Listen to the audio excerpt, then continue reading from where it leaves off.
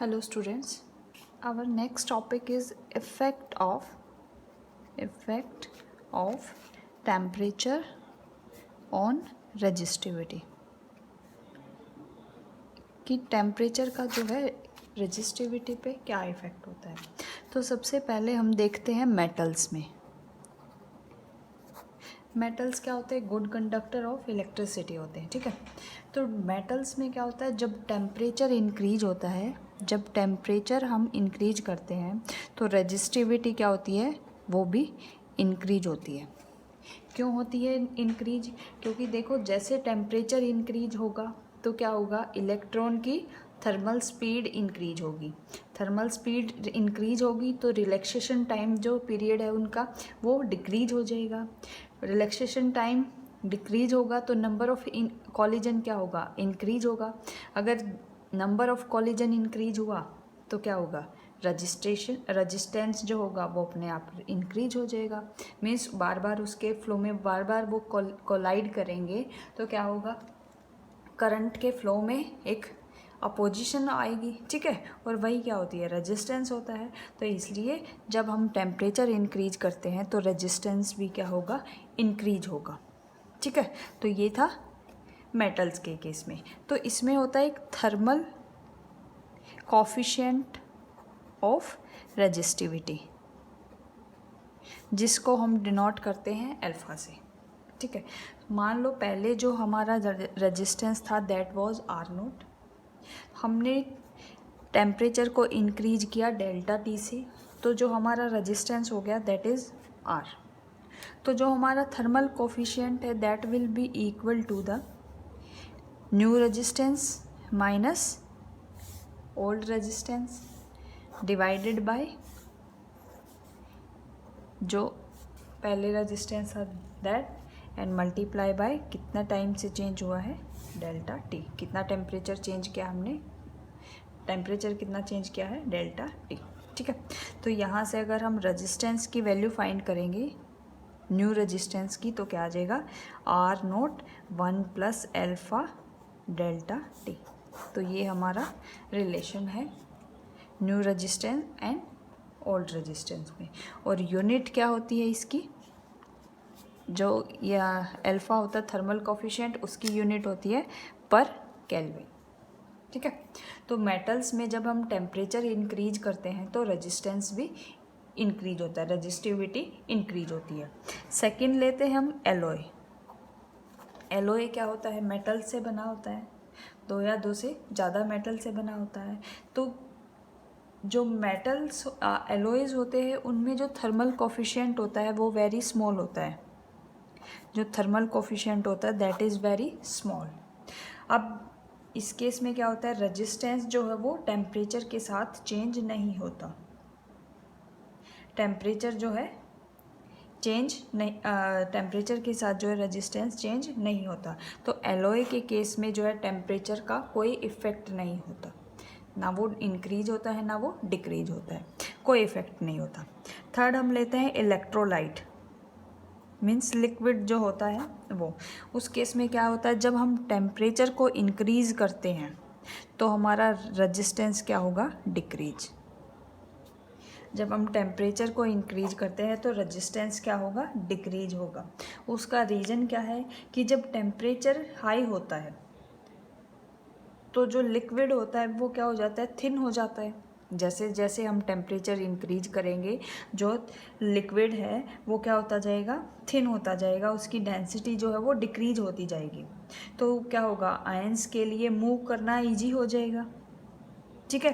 तो रेजिस्टेंस क्या हो जाएगा, डिक्रीज हो जाएगा। तो इसलिए इलेक्ट्रोलाइट के केस में जब टेम्परेचर इंक्रीज होता है तो रेजिस्टेंस डिक्रीज होता है। Fourth is semi conductor. Fourth is semiconductor. Semiconductor में होता है जब हम टेम्परेचर को इंक्रीज करते हैं तो रेजिस्टेंस क्या होगा, डिक्रीज होगा। हमारा रीजन क्या है इसमें कि जब टेम्परेचर इंक्रीज हुआ तो नंबर ऑफ फ्री इलेक्ट्रॉन भी इंक्रीज होते हैं। तो जब number of free electron increase होंगे तो रिलैक्सेशन टाइम क्या होगा, कम हो जाएगा, बार बार कोलाइड करेंगे नंबर ऑफ इलेक्ट्रॉन इंक्रीज हो जाएंगे तो रेजिस्टेंस क्या होगा, डिक्रीज होगा। तो सेमीकंडक्टर में भी क्या होता है, जब टेम्परेचर इंक्रीज होता है तो रेजिस्टेंस हमारा डिक्रीज होगा। And fifth is insulator. Insulator में जब टेम्परेचर हम इंक्रीज करते हैं तो रेजिस्टेंस क्या होगा, डिक्रीज हो जाएगा। ठीक है, तो मेटल के केस में तो क्या होता है, जब टेम्परेचर इंक्रीज होता है तो रेजिस्टेंस भी इंक्रीज होता है। एलॉय में क्या होता है, कोई चेंज नहीं होता।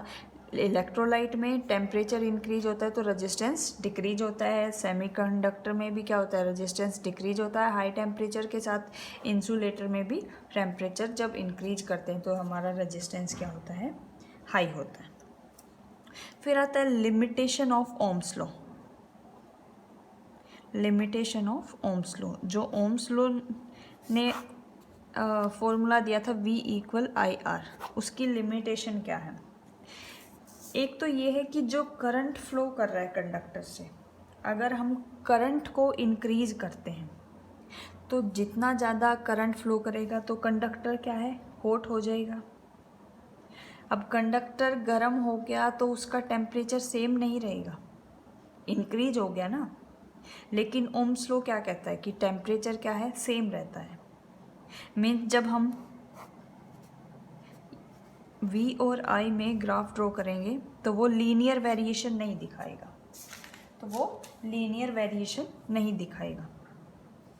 तो लीनियर वेरिएशन शो नहीं करेगा तो वो ओम्स लॉ को फॉलो नहीं कर रहा।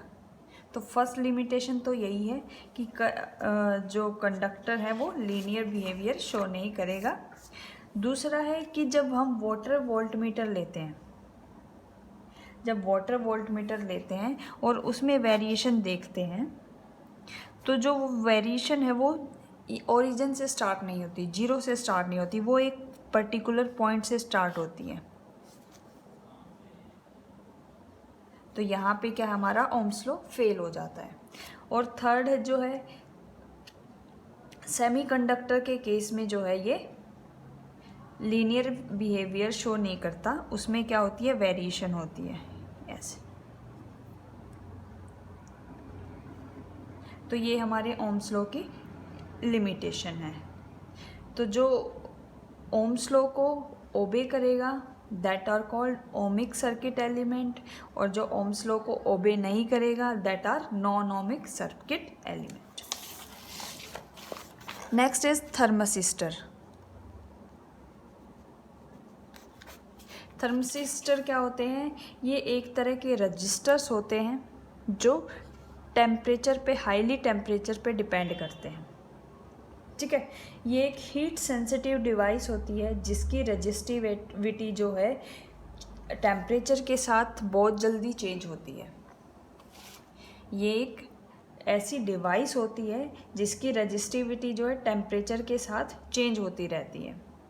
तो बेसिकली जो है हम इनका कहाँ यूज करते हैं, एक तो होता है इलेक्ट्रॉनिक सर्किट में use for checking the variation in applied voltage को जो है कि वेरिएशन चेक करने के लिए हम इसको यूज करते हैं। फिर सेकंड है, इसको हम प्रोटेक्टिव सर्किट में यूज करते हैं इलेक्ट्रिक इक्विपमेंट की तरह, जैसे ट्रांसफार्मर में, मोटर में, जनरेटर्स में। और एक ये इंडस्ट्री में यूज होता है टेम्परेचर कंट्रोल यूनिट में। ठीक है, तो ये हमारा थर्मोसिस्टर है। थर्मोसिस्टर क्या होता है, एक हीट सेंसिटिव डिवाइस होती है जिसकी रजिस्टिविटी टेम्परेचर के साथ चेंज होती रहती है। थर्मोसिस्टर के बाद आता है हमारा सुपर कंडक्टिविटी। सुपर कंडक्टिविटी वो प्रॉपर्टी है किसी भी मेटल की, या एलॉय कहो, ऑक्साइड कहो, किसी भी कंडक्टर की ऐसी प्रॉपर्टी है जिसका रेजिस्टेंस जो है जीरो हो जाए at a very low temperature. एक बहुत ही वेरी लो टेम्परेचर पे जो है अगर रेजिस्टेंस जीरो हो जाए किसी कंडक्टर का, that is called super conductivity. तो ऐसे मटेरियल जो ये प्रॉपर्टी शोज करते हैं उनको बोलते हैं सुपर कंडक्टर। और जो टेम्परेचर ऐसा जिस टेम्परेचर पे जो है कोई भी मटेरियल सुपर कंडक्टर की तरह बिहेव करता है, that is called critical temperature. ठीक है, तो सुपर कंडक्टिविटी क्या होती है, किसी भी मेटल कहो, एलॉय कहो, ऑक्साइड की प्रॉपर्टी जिस पे जो है वो बहुत कम टेम्परेचर पे रेजिस्टेंस 0 हो जाए उसका, दैट इज़ सुपर कंडक्टिविटी। जो हम सुपर कंडक्टर्स को यूज करते हैं वो स्ट्रॉन्ग इलेक्ट्रोमैग्नेट्स में करते हैं, हाई स्पीड कंप्यूटर्स में करते हैं और इलेक्ट्रिक पावर में ट्रांसमिशन के लिए करते हैं। ठीक है, अब आता है रजिस्टर्स होते क्या हैं। रजिस्टर्स बेसिकली क्या होते हैं, इलेक्ट्रिकल सर्किट के कंपोनेंट होते हैं। ठीक है, जो कि करंट के फ्लो का अपोज करते हैं।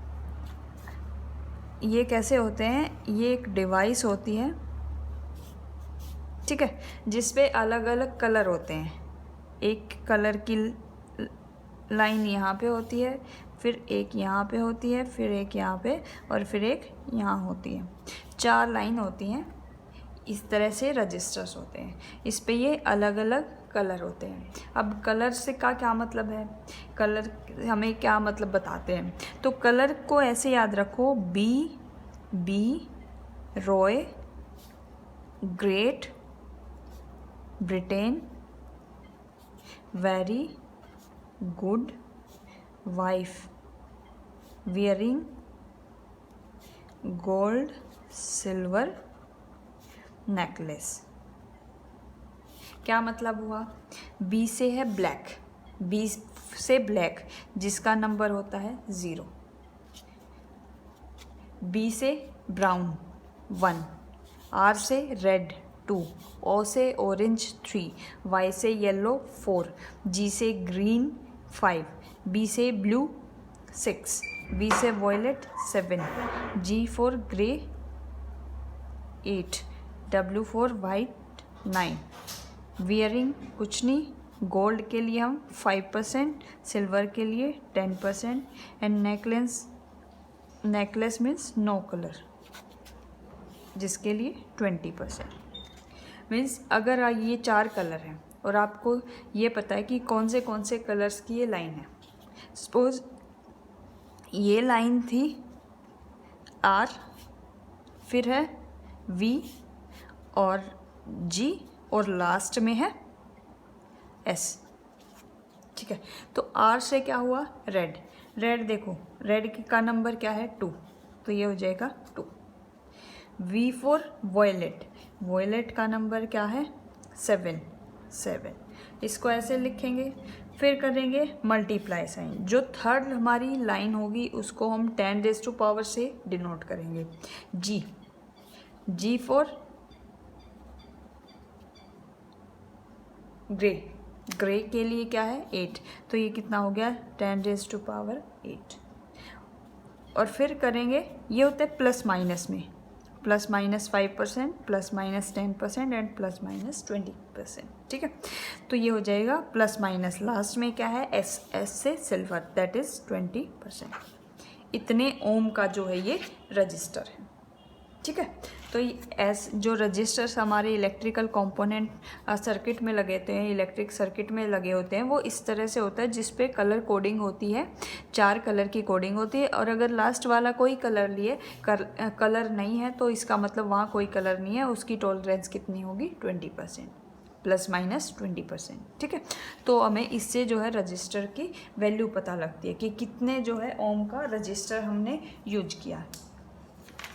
तो इस तरह से हम किसी भी सर्किट में रजिस्टर की वैल्यू का पता लगा सकते हैं।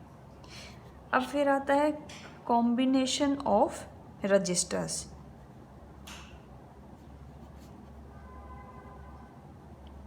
कॉम्बिनेशन ऑफ रजिस्टर तो हमने कैपेसिटेंस में पढ़ा था। तो एक तो होता है सीरीज कॉम्बिनेशन, जब सभी रजिस्टर्स जो है सीरीज में लगे होंगे, मतलब करंट को फ्लो करने के लिए एक ही पाथ को फॉलो करना पड़ता है। ये अगर इस तरह से हम रजिस्टर्स लगा रखें, यहाँ पे हम बैटरी लगाएंगे, ठीक है, ये प्लस हो गया। अगर यहाँ से I करंट फ्लो कर रहा है, ये R1 रजिस्टर है, ये R2 और दैट इज़ R3। तो अब देखो ये हमने सेम पोटेंशियल दिया यहाँ से, लेकिन जो R1 में जा रहा है प्लस, लेकिन इस पे एंड पे यहाँ पे क्या है R3 है, मीन्स करंट जो होगा वो तो सेम फ्लो करेगा, लेकिन पोटेंशियल डिफरेंस हर रेजिस्टेंस के अक्रॉस क्या होगा, अलग अलग।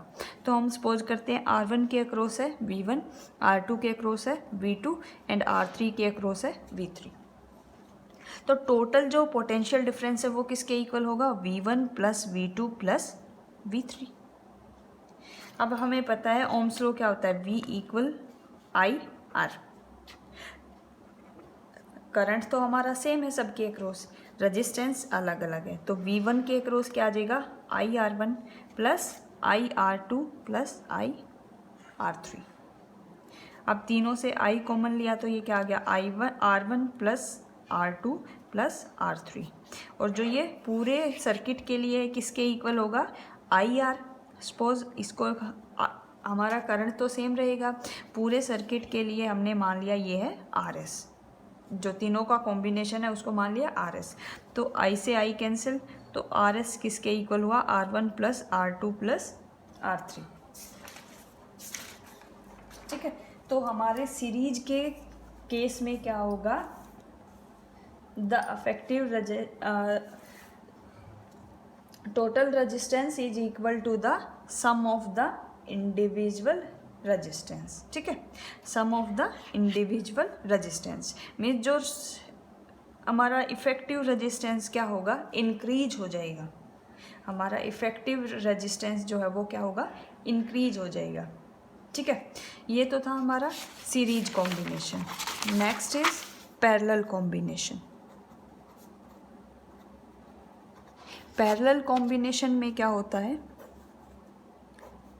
करंट को पास करने के लिए जो है अलग अलग पाथ फॉलो करते हैं, हर रेजिस्टेंस से पास करने के लिए अलग अलग पाथ को फॉलो करना पड़ता है।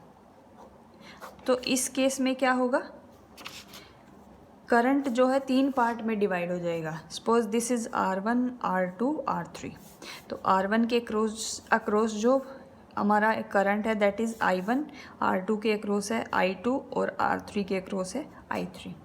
और इस केस में देखो यहाँ से जो ये पॉजिटिव के साथ जुड़ा है और ये नेगेटिव के साथ, तो पोटेंशियल डिफरेंस क्या रहेगा, सेम रहेगा। तो I जो है हमारा डिवाइड हो रहा है, तो टोटल करंट किसके इक्वल होगा, I1 plus I2 plus I3। हमने पूरे सर्किट का I किसके इक्वल आ जाएगा, I की वैल्यू क्या आ जाएगी, V/R। तो इसको डिनोट कर रहे हैं V/RP। तो ये हो जाएगा V/R1 plus V/R2 plus V/R3। सभी से V कॉमन लिया, दोनों साइड से कैंसिल हो जाएगा, तो क्या आया 1/RP equal 1/R1 plus 1/R2 1/R3। ठीक है, तो जब हम पैरेलल में लेते हैं तो इक्विवेलेंट रेजिस्टेंस किसके इक्वल होगा, sum of the reciprocal of individual resistance. तो पैरेलल कॉम्बिनेशन में क्या होगा, sum of the reciprocal of individual resistance. तो पैरेलल कॉम्बिनेशन में जो इफेक्टिव रेजिस्टेंस होगा वो हमारा क्या होगा, डिक्रीज हो जाएगा। सीरीज में जो इफेक्टिव रेजिस्टेंस है वो क्या होगा, इंक्रीज हो जाएगा, लेकिन पैरेलल कॉम्बिनेशन में डिक्रीज हो जाएगा।